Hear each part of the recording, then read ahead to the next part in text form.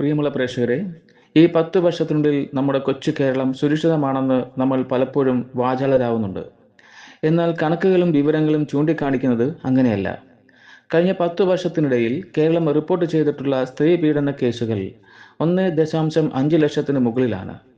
ഓരോ വർഷവും ആയിരക്കണക്കിന് സ്ത്രീകളെയും പെൺകുട്ടികളെയുമാണ് കാണാതാകുന്നത്.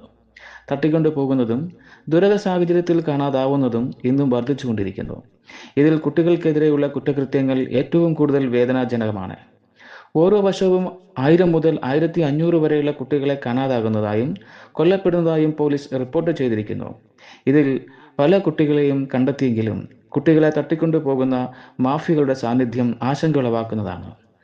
കലാലയം അറിവിൻ്റെ കേന്ദ്രമാകേണ്ടതിന് പകരം കൊലപാതകങ്ങളുടെയും മയക്കുമരുന്നിൻ്റെയും താവളമായതിൽ വളരെ വേദനാജനകവും ഭയപ്പെടുത്തുന്നതുമാണ്.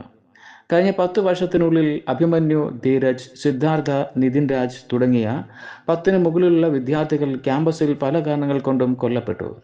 കേരളത്തിലെ ഓരോ അമ്മമാരുടെയും അച്ഛന്മാരുടെയും നെഞ്ചാണ് തകർന്നു പോയത്. ഇതിനെല്ലാം ഭരണകൂടം വളരെ നിഷ്ക്രിയത്വമാണ് പുലർത്തിയത്. കേരളത്തിൻ്റെ ഭരണ സംവിധാനങ്ങൾക്ക് പിഴവ് സംഭവിക്കുന്നുണ്ടോ എന്ന് ഓരോ മലയാളിയും ചോദിക്കേണ്ടിയിരിക്കുന്നു.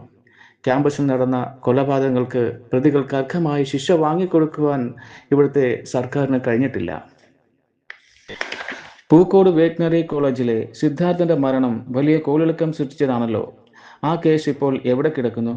എങ്ങും എത്താതെ കിടക്കുന്നു. കേരളത്തിന്റെ ചരിത്രത്തിലാദ്യമായാണ് ഇടതുപക്ഷ ഗവൺമെന്റ് 10 വർഷം ഭരിക്കുന്നത്.